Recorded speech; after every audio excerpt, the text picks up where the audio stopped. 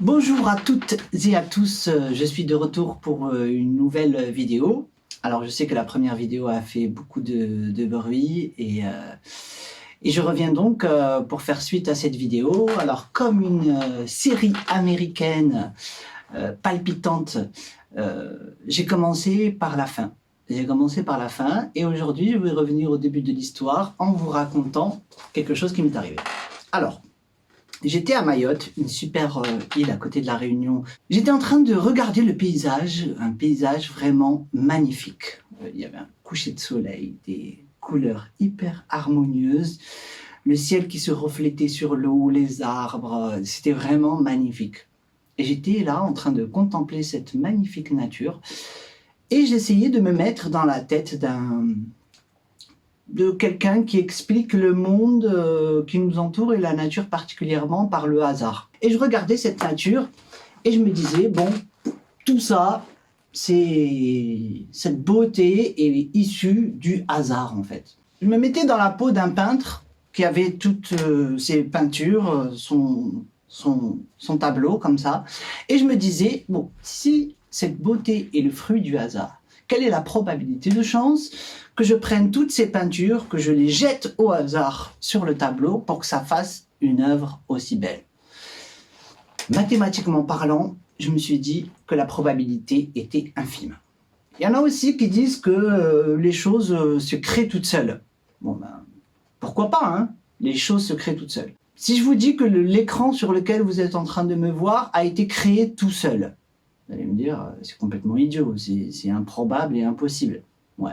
Alors qu'en est-il de cette lune, de cette terre, de cette nature magnifiquement belle, où les choses sont proportionnées, harmonieuses, et qui tournent comme une horloge en fait. Le jour, la nuit, les marées, etc., tout ça serait créé tout seul et serait harmonisé tout seul.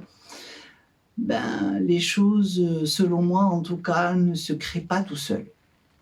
Il y a forcément quelqu'un, quelque chose, qui est derrière ce qu'on tient dans les mains, ce qu'on regarde, cette lune que je vois dans le ciel chaque soir. J'ai du mal à penser qu'elle soit là par hasard ou qu'elle se soit créée toute seule. Alors certains appellent ça Dieu, certains appellent ça les forces du cosmos, certains appellent ça Allah. Il y a plein d'interprétations. Mais dans notre société aujourd'hui, c'est difficile de voir la magie de la vie et la magie de la nature qui nous entoure. Parce que on est dans une société de narcissisme, d'orgueil et d'ego. Et cette société postmoderne, forcément, nous focalise sur ça en fait, en commençant par les réseaux sociaux. Les réseaux sociaux donnent cette impression d'une information infinie. Mais en fait, ce scrolling sans fin est juste un puits sans fond qui nous entraîne dans les méandres des internets. On a l'impression d'être connecté au monde, mais en fait, ces outils exacerbent surtout notre narcissisme, notre ego, notre poursuite de likes et de reconnaissance. Et les gens n'ont jamais été aussi méchants à travers un écran aujourd'hui. La méchanceté qu'on peut avoir sur Internet, elle est vraiment immonde et c'est quelque chose que je trouve effarant. Il y a aussi les fake news aujourd'hui, les théories complotistes qui sont mises en avant par YouTube parce que juste ça fait plus de clics. Voilà, cette ère du numérique aujourd'hui nous focalise sur notre ego, sur notre orgueil, sur notre moi. Et qu'en est-il de la société de consommation qui nous donne cette illusion que si tu achètes ton dernier smartphone, tu seras vraiment heureux. Cette belle voiture, elle fera de toi vraiment la personne dont tu as toujours rêvé. Mais tel un shoot de dopamine, ce plaisir et non ce bonheur qu'on ressent quand on achète ces nouvelles choses est très fugace en fait. On a un nouveau téléphone, on est content quelques jours, mais après, ça s'évapore et ça devient complètement normal. On est content de rouler dans cette belle voiture ou de kiffer sa propre maison, mais tout ça devient normal et on se lasse vite des choses finalement. Et aujourd'hui, ça rend pas les gens plus heureux.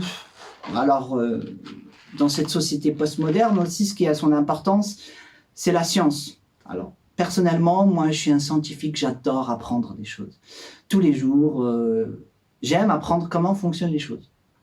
La psychologie, la médecine, l'astronomie, la physique, c'est des sciences qui ont permis de grandes avancées. Et si je parle avec vous aujourd'hui à travers ces écrans, c'est aussi grâce à la science. Il y a des choses super dans la science. Mais la science, elle nous focalise quand même sur le matériel, sur le monde qui nous entoure, le monde palpable. Et ça répond surtout à une question qui est essentielle. C'est comment fonctionnent les choses. C'est hyper important de savoir comment fonctionnent les choses. Ça nous permet de nous rassurer, d'apprendre des choses. Et ça permet aussi de régler plein de problèmes. Ça permet des avancées extraordinaires dans notre société. Néanmoins, voilà, la société de consommation avance l'idée du quoi, qu'est-ce que tu peux acheter pour être heureux. Le discours scientifique, lui, répond à la question du comment, mais il réside une question qui est essentielle, et celle-là, elle donne du sens. C'est la question du pourquoi. Pourquoi je suis sur Terre? Pourquoi la vie? Pourquoi la mort? Quel est le sens de notre existence? Quel est le lien entre notre âme et notre corps? Ça, seule la spiritualité peut répondre à ce genre de questions, ou du moins nous aider à y répondre et trouver un alignement, un sens à notre existence. Alors, cette vidéo, elle a pour but de vous faire poser la question sur l'équilibre entre ces trois questions. Vers quoi nous courons continuellement aujourd'hui? Est-ce que nous courons derrière un désir matériel qui sera de toutes les manières toujours inassouvi? Parce que dès qu'on obtient quelque chose, on a l'impression d'être complètement satisfait.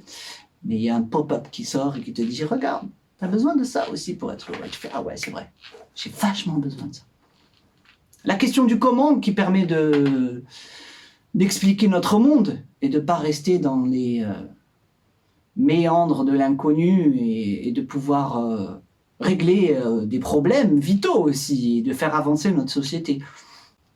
Et aussi la question qui, elle, donne du sens à notre existence. Voilà pour cette petite vidéo, j'espère qu'elle vous a plu.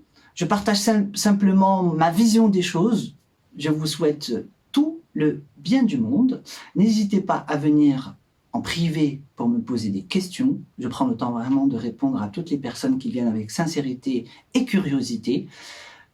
Je ne cherche pas non plus à débattre sans fin pour savoir qui a raison. Je pense que chacun de nous a son énergie à mettre ailleurs. Je partage juste ma vision des choses, ma vision de la vie. Vous en faites ce que vous voulez. Je vous souhaite encore une fois tout le bonheur du monde et je vous retrouve bientôt pour une autre vidéo la semaine prochaine. Ciao.